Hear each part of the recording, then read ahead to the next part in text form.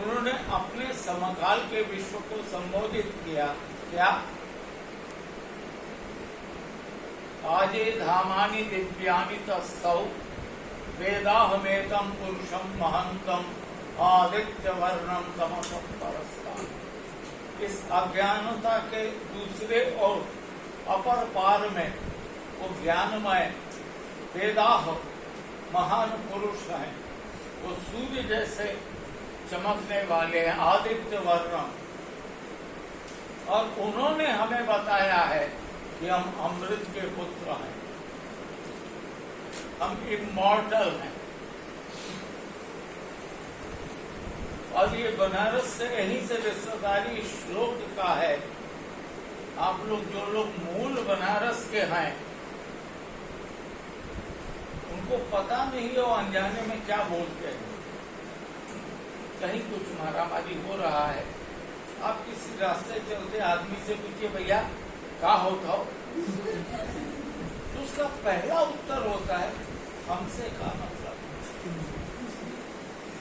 वो ये नहीं बोलता है मुझसे क्या मतलब, वो बोलता है हम। आई से नहीं बोलता है, वो उई से बोलता है। शिक्षा का सूत्र वाक्य है कि हम एक वचन से बहुवचन की ओर बढ़ते हैं। अंग्रेजी में कहते हैं learning is a process from I to you, you to he she they, then we and ultimately thou, वो परम। तो एक व्यक्ति से परम तक की यात्रा ही शिक्षा है। काशी उसमें प्रोमोटेड है। विश्व का सबसे बड़ा प्रिविलेज नगर है जो बहुवचन से शुरू होता है, एक वचन में काशी नहीं है। आप लोग अगर काशी में पैदा भी हुए हैं, आप लोगों ने कभी सोचा नहीं है कि बहुवचन काशी में कहाँ है। जितने प्रकार के दर्शन हैं, नास्तिक और आस्तिक, सब काशी में सुरक्षित है। शिव को मानने वाला शैव, विष्णु को मानने वाला वैष्णव, शक्ति को मानने वाला शाक्त, सूर्य को मानने वाला सौर, गणेश को मानने वाला गणपत्य, 3 प्रकार के बौद्ध, 2 प्रकार के जैन, सिख, बहाई, ज्यूस, क्रिश्चियन, इस्लाम। ये तो चलिए बौद्ध जैन ये नास्तिक लोग हैं, वेद को नहीं मानते हैं। मगर आस्तिक होने के लिए और एक शर्त है, पूर्व जन्म और पुनर्जन्म, previous birth and coming birth. Buddha और जैन मानते हैं, इसीलिए वो अर्ध नास्तिक है।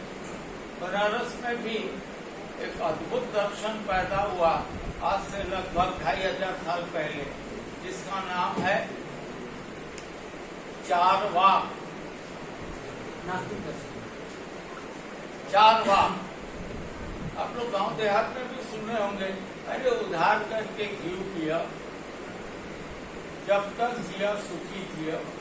चारवाक ने बोला ऋणं कृत्वा घृतं पिबेत यावत् जीवेत सुखी जीवेत भस्मीभूत शरीरानि पुनर्जन्म न भवति। शरीर जल जाने के बाद दोबारा पैदा नहीं होगा। और मजे की बात है, आप पत्रकारिता के विद्यार्थी हैं, कोई भी बाहरी आदमी आके आपको पूछता है कि बनारस में इतनी पान की दुकान क्यों है और पान यहाँ इतना प्रसिद्ध क्यों है, आप बता नहीं सकते। आपके पास कोई उत्तर नहीं होता है। आज उत्तर ले लीजिए। चारवाक ने पान का उदाहरण दिया कि 4 मौलिक तत्व से ये जगत बना है। चारवाक आकाश तत्व को नहीं जानते थे या नहीं मानते थे। व्योम, क्षिति, अप, तेज, मरुत, ये 4 के उनके विश्वास। उन्होंने कहा इस 4 मौलिक तत्वों के कॉम्बिनेशन या परमुटेशन से प्राण पैदा होता है। कॉम्बिनेशन टूटा, प्राण गायब। लोग समझ नहीं पाते थे तो उसने उदाहरण दिया।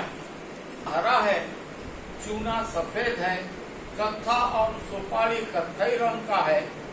एक विशेष मात्रा में, एक विशेष स्थान पर, एक विशेष समय तक उसको चबाने की स्थिति में लाल रंग पैदा होता है। बाई प्रोडक्ट, प्राण के एक बाई प्रोडक्ट का लाल रंग है। में न पान का पत्ता उपलब्ध है, यहाँ का प्रोडक्ट नहीं है। कत्था चूना सुपारी काशी का नहीं है। मगर इस शहर में एक फिलॉसफी पान के दुकान से भी आपको सीखने को मिलता है। एक पत्रकार के रूप में आपकी कैमरा, आपकी सोच वहां तक पहुंचे, लोगों को ये बताने के लिए कि बनारस सही में अजीब है।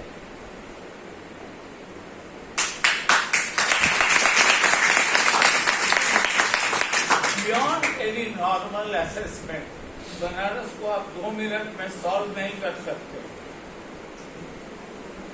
मैं एक लगभग 50 वर्ष में कई बड़े राजनीतिक नेताओं को आके देखा, काशी के बारे में कुछ नहीं जानते हैं मगर बोल रहे हैं। कुछ दिन पहले बीबीसी ने हमको पूछा कि what about the modernization of Banaras, ये जो आधुनिकीकरण हो रहा है। और मेरे अंदर जो वो विश्वनाथ जी की कृपा से साण प्रवृत्ति है, उसको आपने लाल चादर दिखा दी। मैं अपने को रोक नहीं पाया। लोगों ने इशारा किया कि मत बोल कुछ, मगर मैं बोल गया। हमने कहा some people are trying to let wear bikini on a 6,000-year-old lady। एक 6,000 वर्ष की पूजा को अगर हम बिकिनी पहनाने के प्रयास करते हैं तो ये निहायत बदतमीजी है। बोलने के बाद मैं सोचा कि पॉलिटिकल लोग तो हमको पीटेंगे। फिर मन में विश्वास आया कि जिसके नगरी का मैं साल हूँ वही मेरा प्रोटेक्टर भी है, वो ही पीटने से बचाएगा। तो पत्रकार बेसिकली बनने का 2 शर्त है। एक, अपना एक काल्पनिक मालिक को अपने साथ हर समय रखिए। Who is your editor? एक काल्पनिक, चाहे वो ईश्वरीय सत्ता हो, चाहे वो कुछ नैतिक और नान्दनिक मूल्य हो, वो आपके संपादक है। वो आपके चेतन और अवचेतन मन को हर समय कंट्रोल करे। और दूसरा, बनारस में अभी मैं मैनेजर साहब से बात कर रहा था कि बनारस में दादी, दादा, नाना, नानी अपने नातिया पोते को कभी कदा कहते हैं, अरे मारा ही अवघड़ हो, अवघड़ हो। अवघड़ माने कुछ अड़भंगी, कुछ एबनॉर्मल, ऐसा ही हम समझते हैं ना। आप लोगों को इससे अलग कोई माने का बोध है? अवघड़,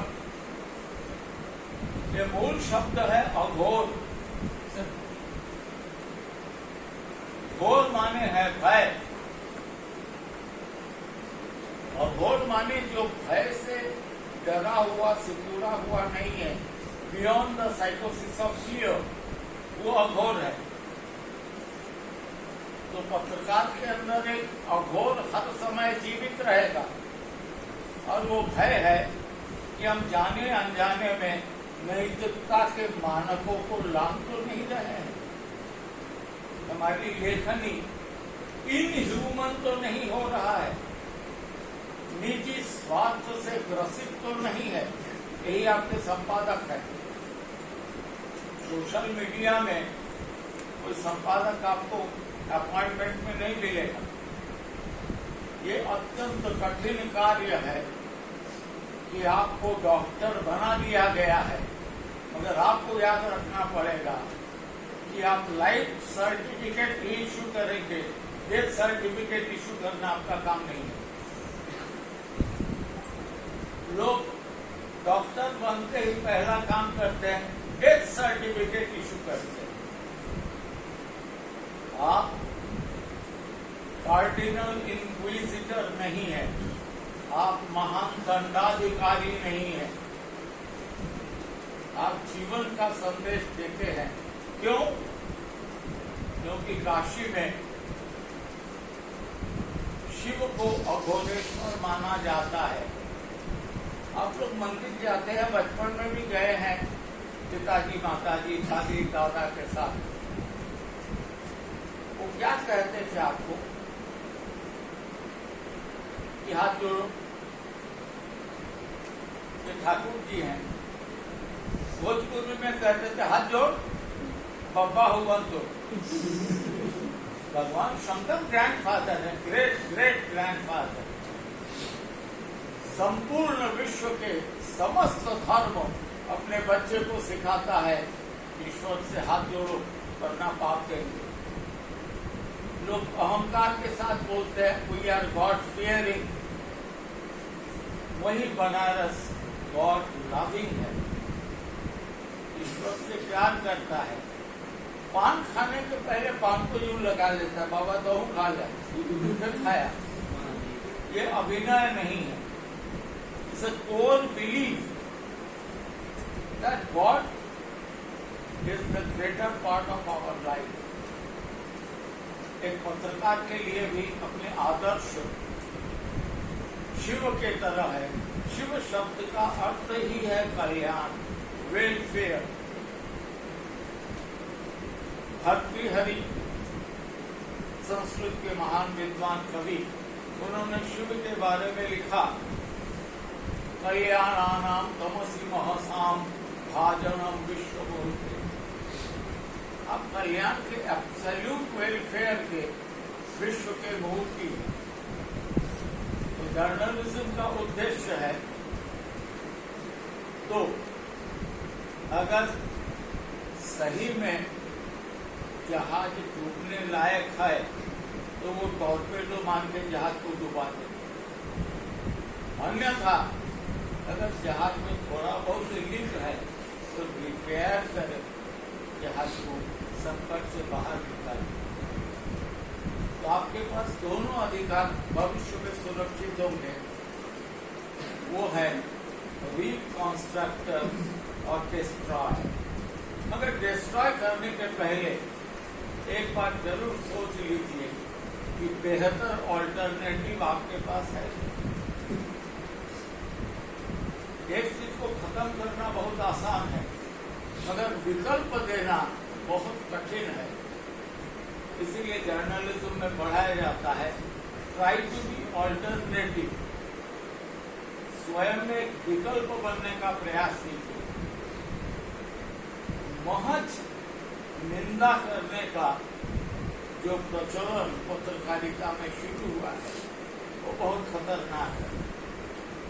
हिंदी के एक अल्प जीवन जिए महान कवि का नाम है दुष्यंत कुमार। आप में से किसी ने नाम सुना है? दुष्यंत कुमार। उसने लिखा 1975 में, मत कहो आकाश में कोहरा घना है, ये किसी की व्यक्तिगत आलोचना। तो हम व्यक्तिगत आलोचना के लिए जर्नलिज्म का प्रयोग नहीं करते हैं। आपके पैर में चोट लगा है तो मैंने कॉम्बिफ्लैम सजेस्ट कर दिया, ये हमारा काम नहीं है। हमारा ओवरऑल सोशल इम्यूनिटी को विकसित करने का दीर्घकालिक जिम्मेदारी हमारे ऊपर है। बर्नार्ड शॉ अंग्रेजी के महान साहित्यकार, उनकी एक उपन्यास है वॉर एंड पीस। इसमें एक चरित्र का उन्होंने नाम दिया चॉकलेट सोल्जर।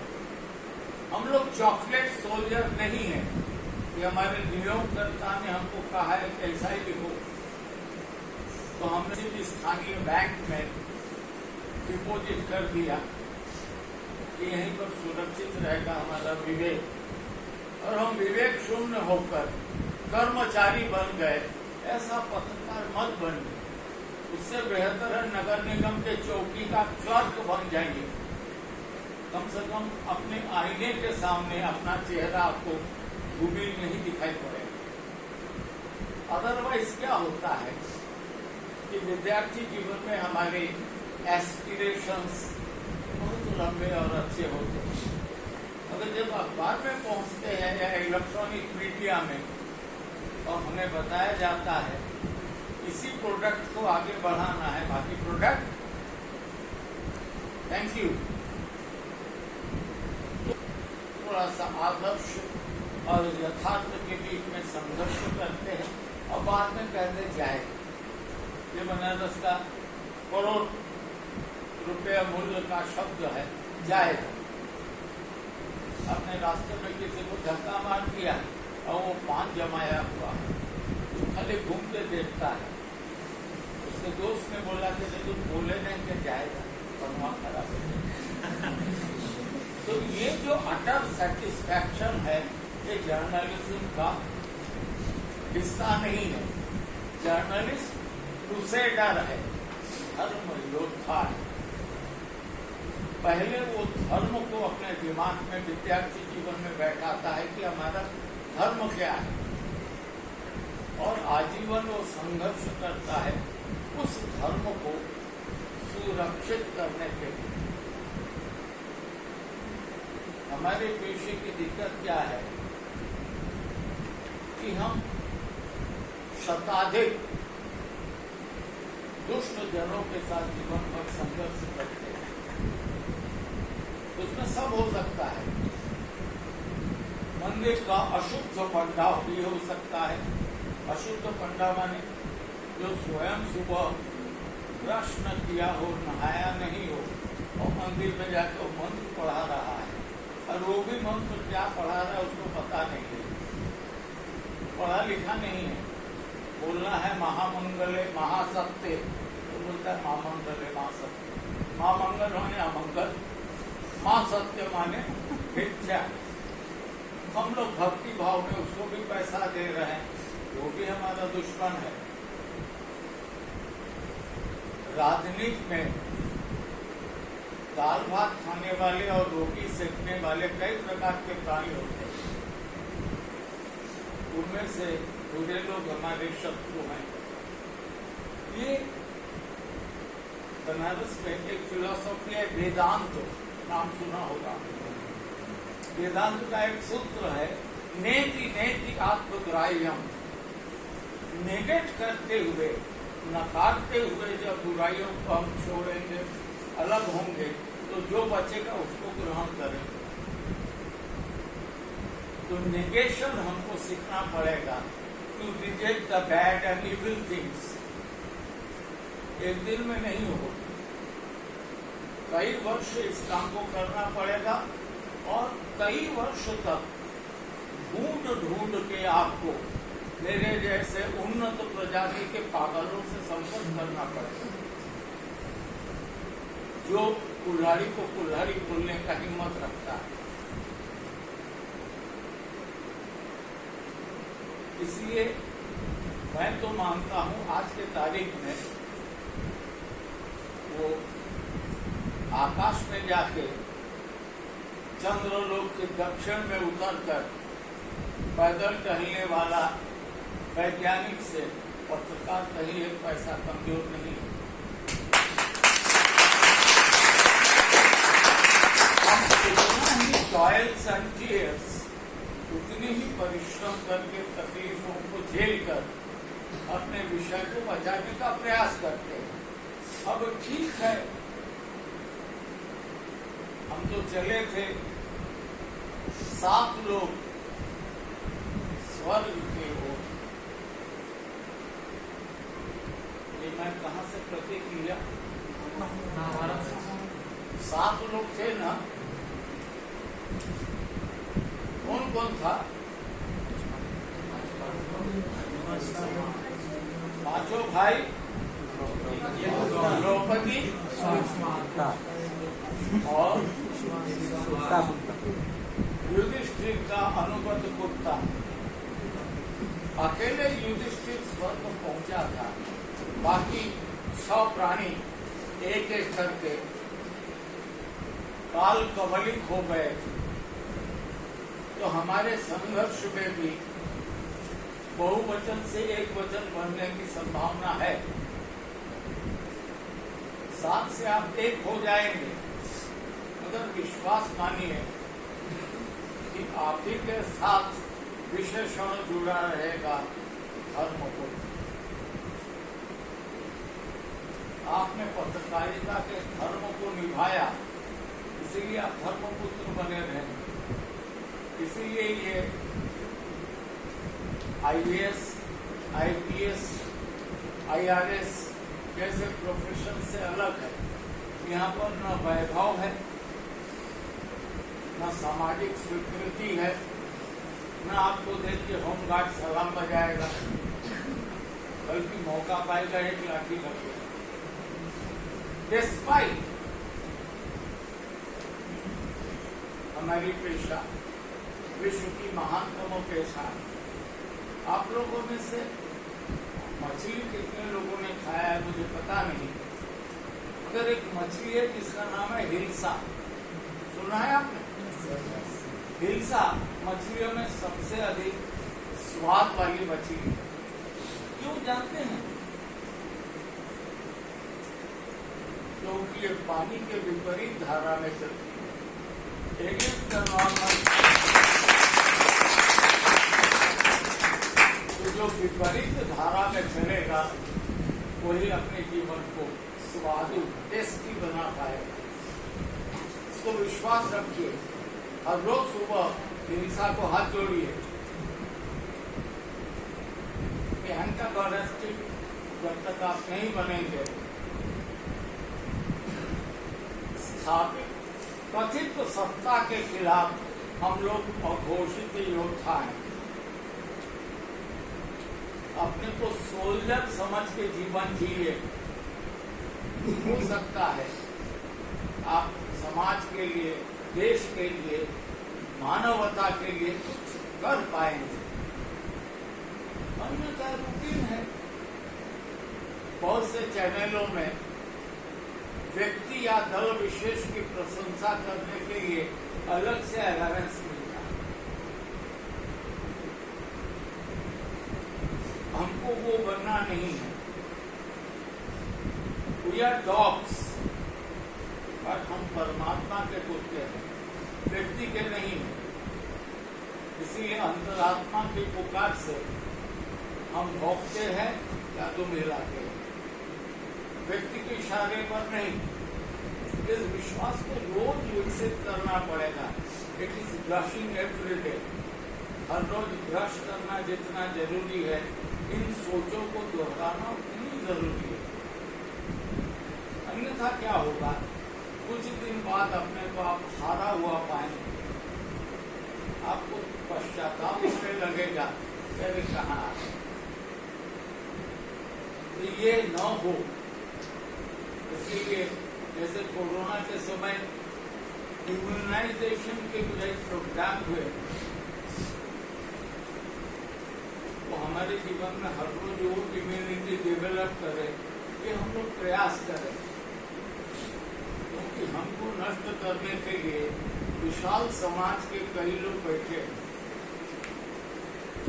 आजकल प्रेस कॉन्फ्रेंसों में पत्रकार बैठ जाने के बाद तुरंत नाश्ता सर्व होता है। हमने आयोजक को पूछा कि तो पहले कहेगी कैसा भुकायल रहना खाएगा। इसके माने हमारी पेशा के बारे में सामाजिक दृष्टिकोण कितना निकृष्ट है, कितना अपमानजनक है। तो मान के चल रहे हैं कि भुखाए लोग हैं, अरे जल्दी जल्दी गिफ्टवा देते हैं, गिफ्ट के लिए आतुर हैं, जबकि ये सच्चाई नहीं है। आज भी कुछ प्रतिशत पत्रकार हैं जिनको नाश्ता देने के पहले आयोजक 3 बार सोचता है कि कहीं गलत बात न कर दे। मुझको कभी मेरा ब्लड शुगर नहीं हुआ था, आज से 40 साल पहले मेरे सामने नाश्ते का प्लेट नहीं रखा जाता। शहर के धनाढ्य व्यक्ति दीनदयाल जालान जी, वो आके अपने पुत्र को बोले कि इनके नाश्ता दो। तो उनके पुत्र ने कहा, बाबू जी काहे तो सांप के मुंह चूमने को कह रहे वो हमारे नाश्ता नहीं करेंगे, बल्कि उल्टा हो सकता है। नाश्ते का एक मूल्य अंदाज लगा के नगद पैसा हमको दे दो, 10 रुपए। हम ये नहीं कह रहे हैं कि आप उद्दंड बने, ओवर रिएक्टिव बने, मगर ऑलवेज याद रखिएगा कि आपका एक सुंदर स्वरूप है जिस पर काले रंग पूछने का किसी को अधिकार नहीं। आप एक निहायत खूबसूरत चेतना है जिसको मलिन करने का अधिकार समाज में किसी को नहीं।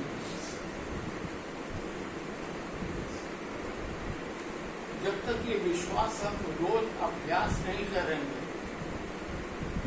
तब तक ये विकसित होना बहुत कठिन है। अगर आप इसको विकसित कर लिए तो आपके रीढ़ की हड्डी की क्वालिटी किसी भी ऑर्थोपेडिक सर्जन को बता देगा इससे डिफरेंट टेल बोन। ये डिफरेंट टेल बोन है।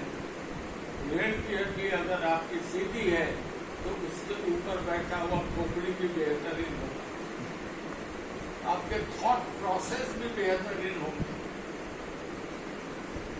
हम लोगों को बिगाड़ने के लिए आज से 50 साल पहले जो प्रलोभन और हरकतें होती थी, उससे आज कम से कम 500 गुना अधिक हरकत हो रहा है। इसीलिए हमारे अगल बगल जो वायरल रियलिटी है कितना कठिन है। हम सब कुछ वर्चुअल कर रहे हैं। कोरोना के बाद से सब कुछ वर्चुअल हो गया है। क्या हो गया वर्चुअल? वर्चुअल की हिंदी क्या है? आभासी। एपरेंट, वो एक्चुअल नहीं है, एपरेंट है। इट अपीयर्स लाइक, इसके माने छाया है, काया नहीं है।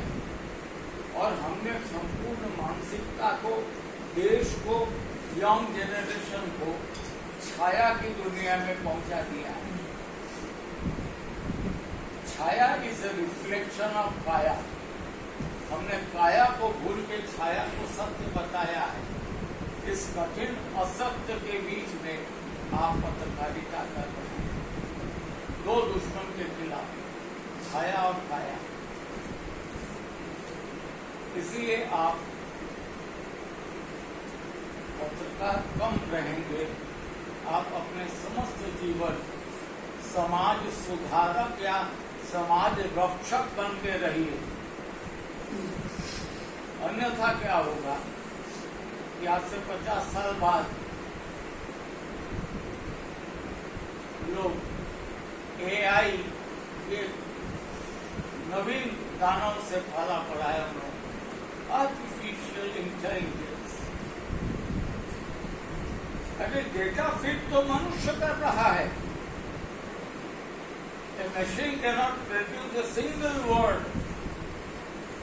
वो भी फेड है, हमसे ही या हमारे जैसे किसी से डाला हुआ है।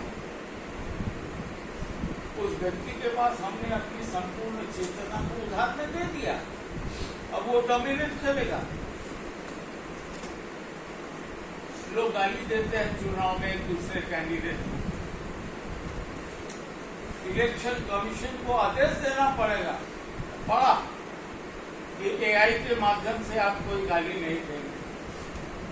क्यों? क्योंकि पढ़ा लिखा साइंटिफिक खोपड़ी में बेहतरीन गालियां उसमें भर रखी हैं। आपने बटन दबाया नहीं चाह तो नए गाली निकल आएंगे। इससे भी आपको लड़ना है, अति मशीनीकरण से भी आपको लड़ना है। और जीवन के दो मूल्य हैं जो शाश्वत हैं, एथिकल वैल्यूज और एस्थेटिकल वैल्यूज, नैतिक मूल्य और नांदनिक मूल्य। सत्यम वद